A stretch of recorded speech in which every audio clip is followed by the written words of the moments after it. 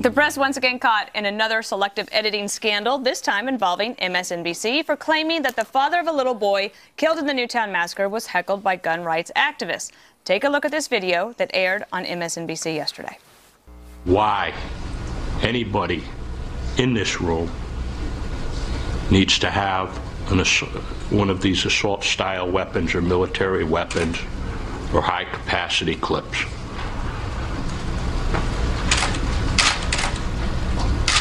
And not one person can answer that question or give me any.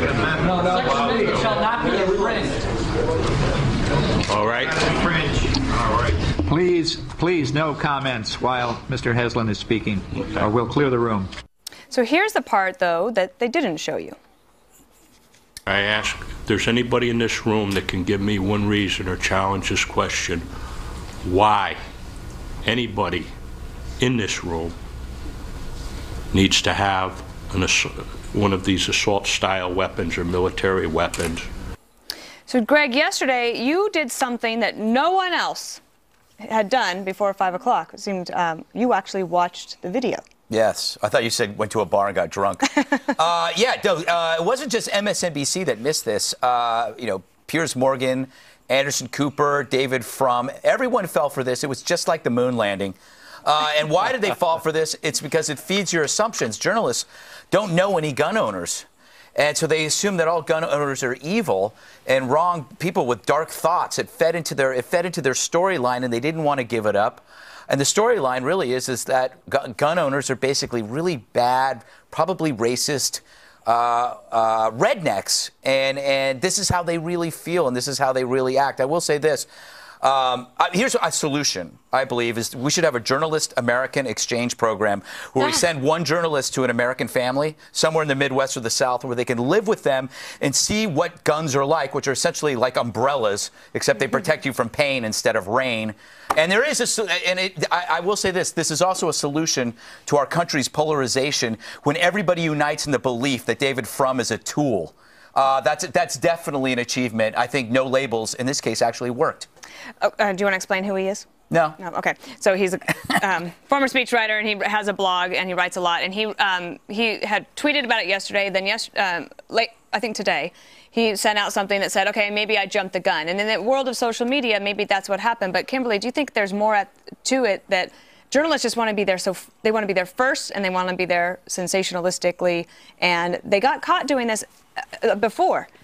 Remember on NBC, they edited the Trayvon 9/11 tapes, and then that got to be 9/11 tapes, and that got to be a big thing. And then on there was the Under God. Remember, they edited out the Under God thing in the montage of the Pledge of Allegiance. Also, when they edited out the skin color of a Tea Partier who was carrying a gun. Do you remember that? No.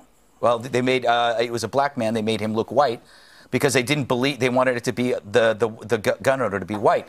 Again, playing into the storyline that Tea Partiers were racist. Well, okay, I'm going to get Kimberly's thoughts on this because having his testimony, Mr. Heslin's testimony yesterday, was really important for that hearing. He had the personal experience, and I know emotions are running high across. I thought it was dramatic enough without having to edit the tape. Absolutely, and his voice deserved to be heard. He's someone who's entitled to give his opinion, especially after all that his family has gone through. But it's very disturbing when you see the media distort a situation like this and kind of just edit to make it what they want it to be, and saying that he was heckled when you look at the tape, and that's not the case at all. He posed and asked a question, and there were some people that seemed to kind of want to respond back, but it wasn't a heckling of the man or a disrespect to him in his situation or the loss of his child. The media is in such a rush, the mad dash to be first, to be fast. They don't care about the accuracy. It seems integrity has been left behind. But interestingly, on social media, though, because of it, in some ways you could blame it for everybody moving too fast. But actually, Eric, it does serve as a check, almost an immediate check on the media by other people. And I give Michelle Malkin at Twitchy.com a lot of credit. Sure. She was on this immediately and said this is not true, and she didn't let up until they apologized. Yes, she pointed out as a hoax right away. But let's see the other check. Let's see if the lefty websites like Media Matters goes after Martin Bashir for an edit that's just a complete egregious misinterpretation of what actually happened. That gentleman said can anyone stand up and say anything? People did not answer for 5 seconds. They edited together an answer right up against when he said, will anyone stand up and say, and made it look like a heckling. It wasn't actually a heckling. He asked a second time, and then people said something. You're not supposed to talk in court. It was clear that the man was looking for someone to say something. They got that. Martin Bashir made it look like something it wasn't, completely wasn't. But let's see if these Media Matters types go after Martin Bashir. I have a hunch they won't. No, though. they're But actually only us if we go ahead. And by the way, we edit stuff, but we edit stuff when things are too long. We don't take things out of context the way that he did. Bob, do you have any You're thoughts on We don't chop it, Bob. No. First of all, I fell for this yesterday. I was going to use it for my one more thing. And Greg, fortunately, said, you better take a look at this whole film. And I did, and he was right. Although I will say this, I mean, frankly, I don't care how many times he asked, given the fact he lost his kid, I think I would have just kept my mouth shut.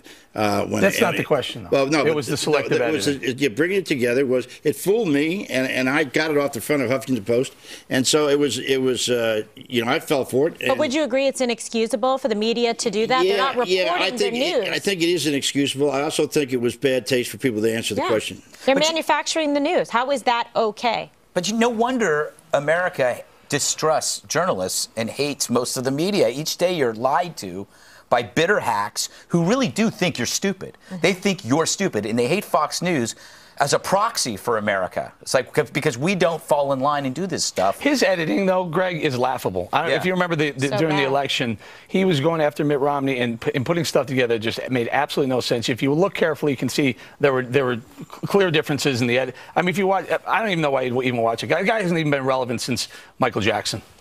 Well, he the way he edited that, he clearly took the sound and moved it around on that videotape. Now, but with just for our own purposes here, I don't think we've ever done anything like that, edited a tape. We have, though, on occasion. You're famous, I built that, but you didn't build that, or whatever it was. What was the one with Joe Biden on the phone calling somebody? That was your favorite. We took the thing I got was you didn't build that. We didn't put that. We clipped that out. We didn't put it all in context. But that's different. Yeah, but that actually it made it when you ran that full tape, it made it worse. The content it was better to just shorten it. But the point is that we didn't try to alter it in a way that made it sound different. And so you have to ask yourself why do people create false stories? And it's to advance an agenda. To them, news is like their canvas, and that they are the Oliver Stone creating their own fictional dream scenario because they believe that their feelings actually trump thinking and trump fact. It's not. It's always going to be for the greater good to lie if your lies in your mind feed to this. How much do you think is the agenda, and how much do you think is the sensationalism of it? I think that their agenda is they hate a part of America, a specific part of America. People who own guns are just a symbol of that America. And whenever they find something, whether it's Lawrence O'Donnell or Bashir, find something that validates that idea, they can't let go of it. It's got to be true. Do you know how egregious that is, though, to put a sound of people reacting to something up against something that he wasn't even asking. It wasn't even a response to what he had just said. It'd be like if President Obama was talking about something terrible and then us editing the audience clapping about it on the heels of it. It's terrible. It's not journalism. It's beyond duplicity. I'm doing that tomorrow. I think it's actionable. How do you keep a job from that? Is there something in the press world where there's accountability factors? Does the National Press Corps have some like sort of board or something like that calls you on these things? I think the peer pressure for journalists serves as the best check against them. I disagree. Okay. I have instituted a journalistic spanking program where when this happens, they actually have to come to my apartment and I spank them vigorously. So are you looking forward to spanking? There's a lot of that outside your apartment. Yeah, for some it's not a deterrent. Okay, gotcha. See, a lot of journalists. Now you have someone else issuing the spanking. I hear Martin Bashir's at your door right now. They're going to light up your Twitter world right now.